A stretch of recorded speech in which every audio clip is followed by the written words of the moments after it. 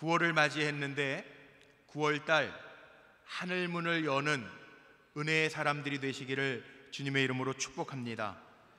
믿음의 사람에게는 앞뒤가 막혀 있어도 하늘이 열리면 살 수 있습니다.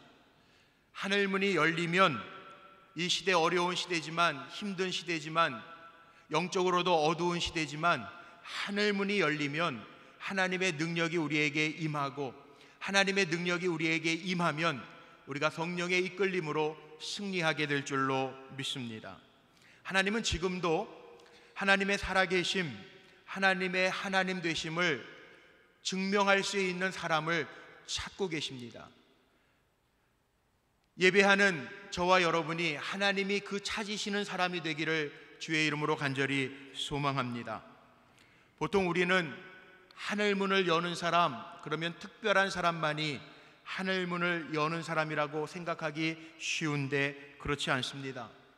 평범한 저와 여러분이라도 사모하는 자에게, 하나님의 은혜를 구하는 자에게 하나님의 능력을 더하셔서 하늘문을 여는 하나님의 영광의 도구로 우리를 삼아 주실 줄로 믿습니다. 그렇기 때문에 특별한 사람이 되어야 하나님께 쓰임받을 수 있다라고 생각하면 큰 오해입니다. 목욕탕이 흔하지 않았던 시절에 어느 시골 마을에 사는 한 청년이 장가를 가게 되었습니다. 결혼을 앞두고 나서 평생 처음으로 읍내 목욕탕에 가서 목욕을 하게 되었습니다. 목욕탕에 들어가 보니까 그 안에 사람들이 많이 있습니다. 이 청년이 그 많은 사람들을 보고 이렇게 얘기했습니다. 와, 내일 장가 가는 사람 되게 많네. 자기 생각에 자기가 하는 일대로만 되어진다고 생각을 했기 때문에 오해한 거죠. 세상을 살다 보면 자기 생각과 다르게 벌어지는 일들이 참 많습니다. 성경을 봐도 우리의 생각과는 전혀 맞지 아니하게 하나님의 방법으로, 세상의 방식과는 다른 하나님의 방식으로 하나님이 역사하시는 일들이 얼마나 많은지 모릅니다. 사람들은 어떤 일을 할 때 그 일에 맞는 사람을 뽑기 위해서 학벌도 보고 가문도 보고 실력도 봅니다. 그런데 하나님의 방식은 조금 다릅니다. 이번 한 달간 엘리야를 중심으로 해서 하나님이 어떻게 일하시는지를 살펴보려고 하는데, 이 엘리야라고 하는 하나님의 큰 사람, 하나님이 크게 사용하셨던 대선지자 엘리야도 그 어두움의 시대 속에 하나님이 부르셔서 택하셔서 그를 사용하셨는데, 엘리야가 큰 사람이었기 때문에, 배경이 좋은 사람이었기 때문에 바알의 450명, 아세라를 섬기던 아세라 선지자 400명, 850대 1로 싸운 게 아닙니다. 엘리야가 대단한 능력을 가졌기에 7번 하나님 앞에 엎드려 기도하는 가운데 3년 6개월 만에 하늘문을 열고 비를 본 것이 아닙니다. 엘리야가 실력이 있었기 때문에 죽은 어린아이를 살린 것이 아닙니다. 하나님의 기적을 일으킨 사람임에는 틀림이 없지만, 하늘문을 연 사람임에는 틀림이 없지만, 그가 특별한 실력이 있어서, 능력이 있어서, 많은 경험이 있어서 이적을 행한 것이 아닙니다. 야고보서 5장 17절 말씀에 보면 엘리야를 이렇게 표현하죠. 엘리야는 우리와 성정이 같은 사람이라고 표현하고 있습니다. 성정이 같다라는 얘기는 마음의 감정이 우리와 같다는 이야기입니다. 우리처럼 엘리야 선지자도 기쁠 때 기뻤고 슬플 때 슬펐고 큰 일을 맞춰놓고 낙심될 때 낙심됐던 사람이 바로 엘리야입니다. 우리하고 똑같은 사람이었습니다.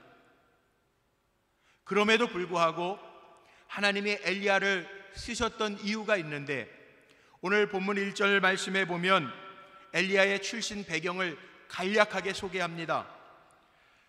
엘리야를 이렇게 소개하고 있습니다. 길르앗에 우거하는 자 중에 디셉 사람 엘리야가 있었다라고 표현합니다. 오늘 식으로 얘기하면 판교에 사는 저 시골 어디 시골 마을에 아무개가 있었다, 이런 표현입니다. 성경을 보면 하나님이 쓰시는 사람들 가운데 간혹 가다가 부모를 소개하거나 아니면 그의 가문을 소개하거나 그가 만난 상황과 형편을 소개하면서 그 사람을 드러낼 때가 있는데, 오늘 하나님의 쓰시는 큰 선지자 엘리야를 소개하면서는 다른 프로필이 전혀 없습니다. 길르앗이라고 하는 동네에 기거하고 있는 디셉이라고 하는 작은 촌동네 사람이라고 소개하고 있습니다. 성경에 디셉이라고 하는 지명은 여기 한 번 나오는데, 우리식으로 얘기하면 시골에, 사진에 보시는 것처럼 시골의 아주 산골 마을입니다. 거기에서 출생한 엘리야를 하나님이 부르셔서 사용하셨다라는 거죠. 모세처럼 애굽 왕궁에서 왕자의 교육을 받은 것도 아니고, 사도 바울처럼 많은 학문을 배워서 엘리트도 아니고, 야곱처럼 그 조부 아브라함 아버지 이삭, 그 가문이 믿음의 가문을 이어가는 사람도 아닙니다. 그런데도 놀랍게 하나님께서 엘리야를 하늘문을 여는 도구로, 하나님의 기적을 보여주시는 도구로 사용하셨습니다. 왠지 아십니까? 사람은 배경을 보는데 하나님에게는 배경이 중요하지 않기 때문에 그렇습니다. 하나님에게 정말 중요한 것은 하나님의 부르심에 응답하느냐 응답하지 않느냐의 문제입니다. 우리가 살아가면서 많은 일들을 겪는데, 그 많은 일들을 겪으면서 하나님, 나에게 왜 이런 일들이 생겨집니까? 질문할 때가 있고 원망할 때가 있는데, 시간이 지나면서 무릎을 칠 때가 있죠. 아하, 하나님 이래서 이런 일들을 나에게 허락하셨었구나. 분명한 것은 오늘 이 시대를, 이 순간을, 이 시간을 사는 저와 여러분에게도 하나님의 계획하심이 있음을 분명히 믿고 사시기를 주님의 이름으로 축복합니다. 어떤 분들은 이런 분들도 있어요. 아유, 하나님이 나 같은 사람 쓰시겠어요? 그러는 분들이 있습니다. 그런데요, 하나님은 비범한 사람을 들어 쓰시는 것이 아니라 평범한 사람을 들어서 쓰시고 하나님의 능력을 보여주십니다. 나는 못해요. 난 능력 없어요. 제가 못 감당해요. 그러는 분들이 있죠. 대답이 여기에 있어요. 고린도전서 1장 26절 이하의 말씀에 보면 하나님의 말씀에 분명히 기록하고 있는데, 형제들아 너희를 부르심을 보라. 하나님이 우리를 부르시는 걸 보라는 거예요. 성경에 이렇게 기록하고 있어요. 육체를 따라 지혜로운 자가 많지 아니하며 능한 자가 많지 아니하며 문벌 좋은 자가 많지 아니하도다. 그러나 하나님께서 세상에 미련한 것들을 택하사 지혜 있는 자들을 부끄럽게 하려 하시며, 하나님께서 세상에 천한 것들과 멸시받는 것들과 없는 것들을 택하사 있는 것들을 폐하려 하시나니, 이는 아무 육체도 하나님 앞에서 자랑하지 못하게 하려 하심이라. 아멘. 하나님의 일은 누가 하냐 하면, 하나님 다 준비됐으니까, 다 갖추었으니까 하나님 나 써주세요, 이런 사람을 하나님 사용하지 않으세요. 하나님 누구를 쓰시냐면요, 오늘도 예배의 자리에 나와서 하나님, 제가 이렇게 부족한 종입니다. 연약한 종입니다. 지난 한 주간도 부족했습니다. 연약해서 깨졌습니다. 죄의 유혹에도 넘어졌습니다. 하나님 힘주세요. 하나님 아니면 살 수 없는 연약한 종입니다. 그런 마음으로 예배하는 자를 하나님 부르셔서 사용하실 줄로 믿습니다. 그 한 사람이 바로 나예요. 예배드리는 우리 사랑하는 성도님들 한 분 한 분이라고요. 그래서 우리는 주님이 우리에게 맡겨주신 일을 하면서 내가 하는 것처럼 착각하면 안 되고, 언제나 하나님 앞에서 무조건 겸손하게 엎드려야 하는 부름받은 하나님의 종들인 줄로 믿습니다. 그래서 우리는 오늘도 예배하면서 하나님의 은혜를 바라보고, 하나님 은혜 주시지 아니하면 나는 설 수가 없습니다. 하나님 붙들어 주시지 아니하면 나는 아무것도 아닙니다. 고백하는 자. 내가 하나님을 부리는 것이 아니라 하나님의 능력의 손에서 부림받기를 원하는 자. 내가 하나님을 다루려고 하는 사람이 아니라 하나님이 나를 다루어 주세요, 그리고 나를 내어 맡길 수 있는 사람을 하나님은 사용하시는 줄로 믿습니다. 그러나 하나님이 쓰시는 조건은 있어요. 성경에 보니까 하나님 어떤 사람을 쓰시냐 하면 하나님의 쓰시는 조건 한 가지는 우리가 갖추어야 되는데, 하나님의 쓰시는 조건이 무엇이냐 하면 우리가 깨끗하게 씻겨져야 된다라는 거죠.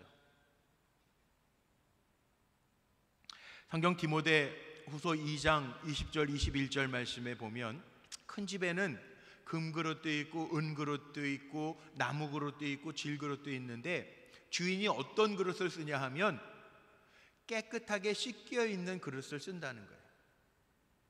여기 주부들도 많이 계신데 집에 가면 여러 가지 그릇들이 있을 겁니다. 근데 비싼 그릇은 대부분 사람들이 찬장 안에다가 잘 모셔놓고 지내요. 그거 쓰려면 어떻게 쓰냐 하면 꼭 한번 닦아서 쓰더라고요. 하나님 어떤 사람을 쓰시냐 하면 하나님 앞에 나를 내어드리는 사람을 하나님 쓰신다는 거예요. 제가 기도하는 기도의 제목이 있습니다. 저를 포함해서 우리 불꽃교회 모든 성도님들이 하나님이 쓰시는 축복의 통로가 되게 해달라고 저는 기도합니다. 축복의 통로가 되기 위해서는 그 축복의 관이 있잖아요. 관에 이물질이 있으면 절대 쓰임받을 수가 없어요.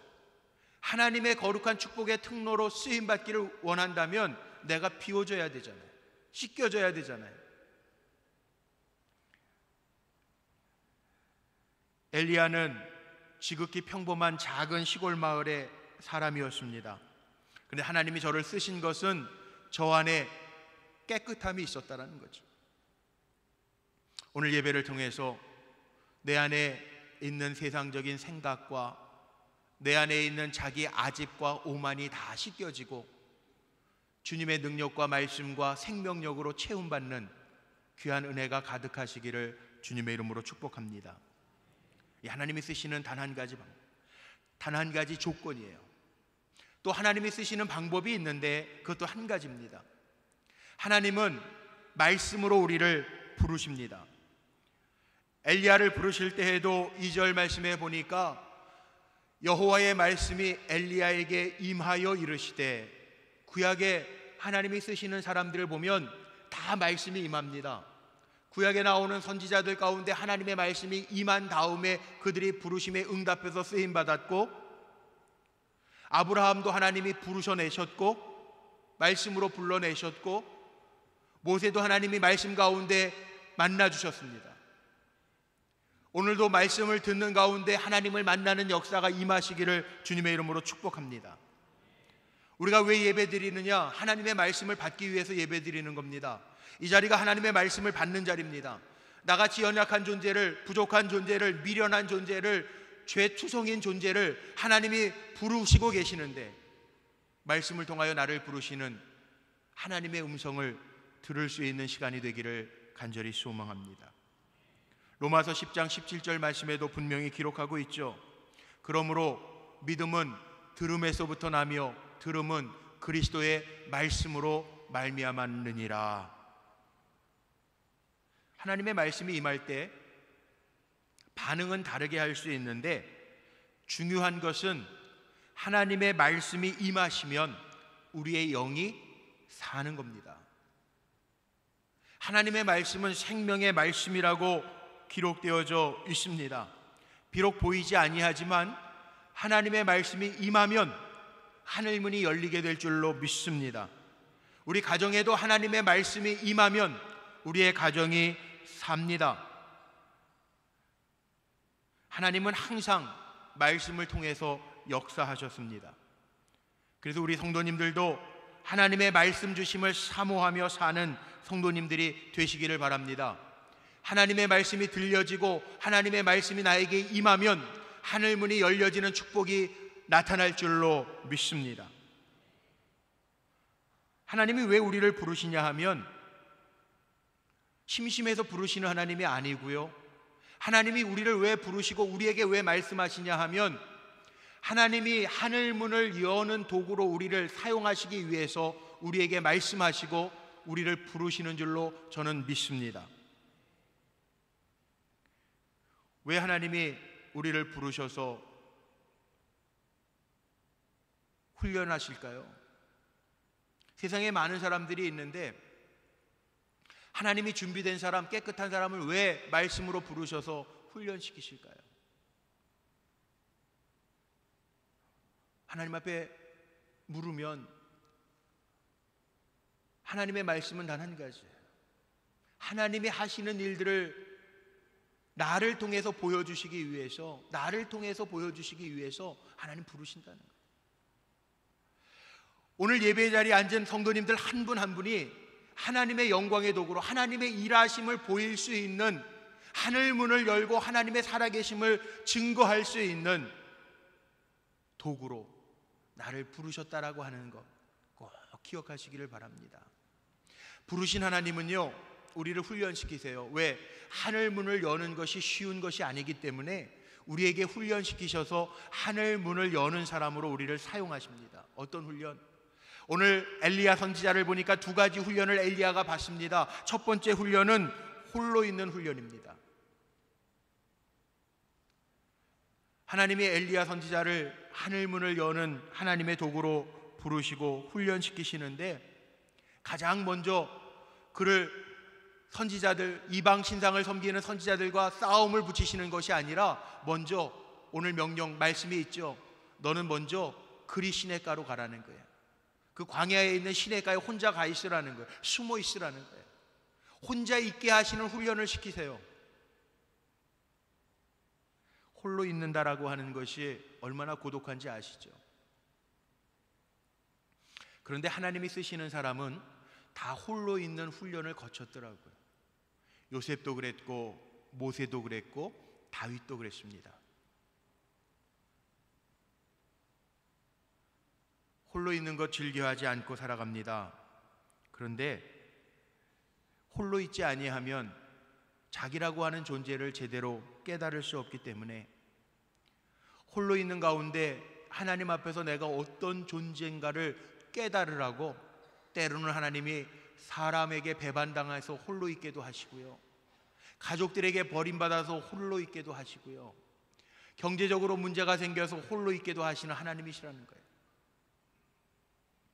우리가 세상 속에서 살다 보면 하나님을 잊고 살 때가 참 많아요.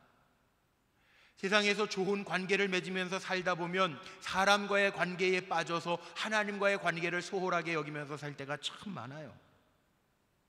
그런데 병들었을 때에든지 문제가 생겼을 때에든지 사람에게 버림받아 홀로 있을 때에는 내가 왜 이렇게 되었는가 생각하면서 하나님 앞에 독대할 때가 있다라는 거예요. 성경에 보세요. 하나님을 만나는 순간이 언제였는가? 야곱이라고 하는 사람도 형의 축복을 빼앗아 아버지의 축복을 받고 난 후에 형이 해를 입힐까 두려워서 홀로 떠납니다. 홀로 떠나는 길에 외로운 광야에서 혼자 돌을 베개 삼아 누워 있다가 하나님을 만납니다. 야복 강가에서도 이스라엘이라고 하는 이름을 얻을 때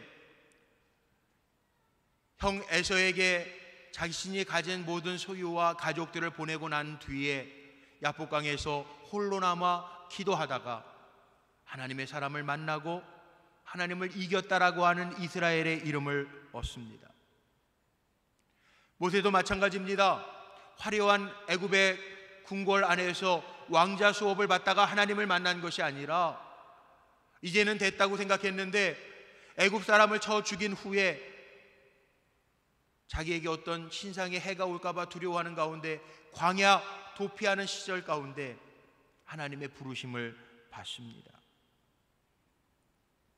하나님은 홀로 있는 훈련, 하나님 앞에서 내가 어떤 존재인가를 깨닫게 하신 후에 우리를 사용하신다라는 거예요. 오늘 예배하는 우리 성도님들이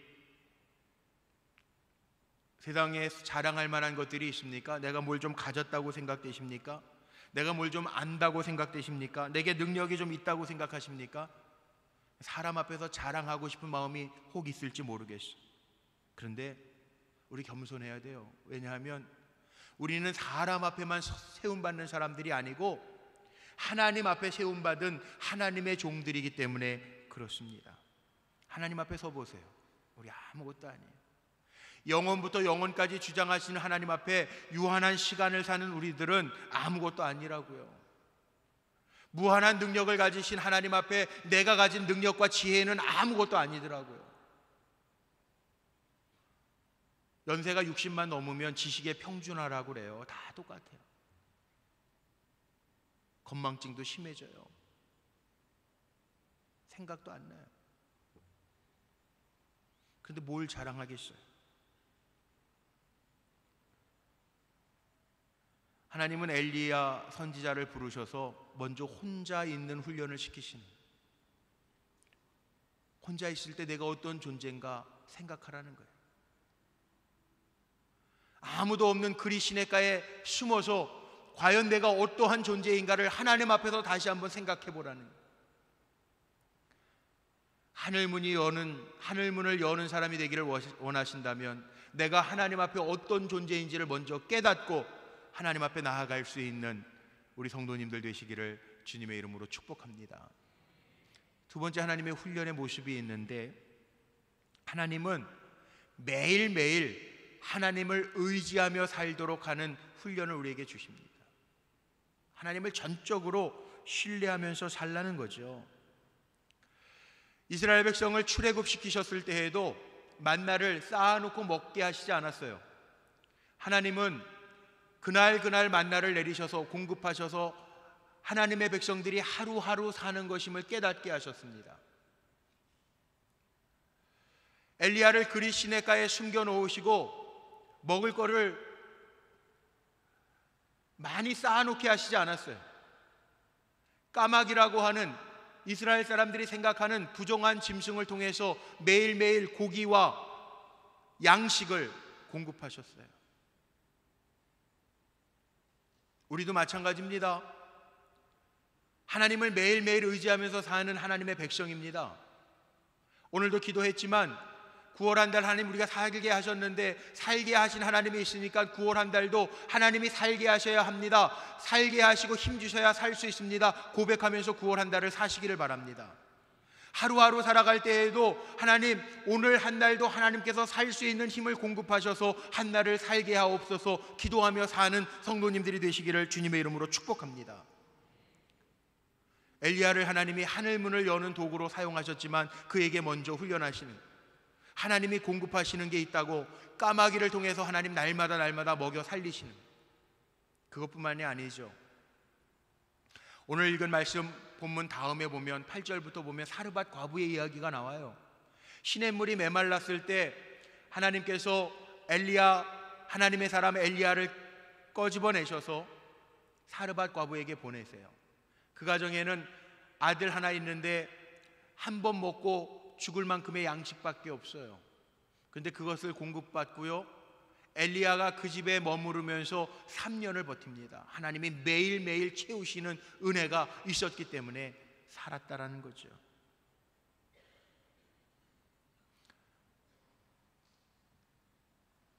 살아가면서 경제적으로 힘든 게 얼마나 힘든가 깨달아 보지 않은 사람들은 잘 모르겠죠. 그런데 성경에도 보면 탕자의 이야기가 누가복음 15장에 나오는데, 탕자의 이야기를 봐도 돈이 있을 때에는 사람들이 붙어요. 일이 있을 때에는 거래처나 관계된 사람들과 교제할 수 있어요. 그런데 물질이 떠나면 먼저는 본인이 불안해하기 시작하고 사람들이 떠나기 시작합니다. 이게 세상 사람들의 법칙이에요.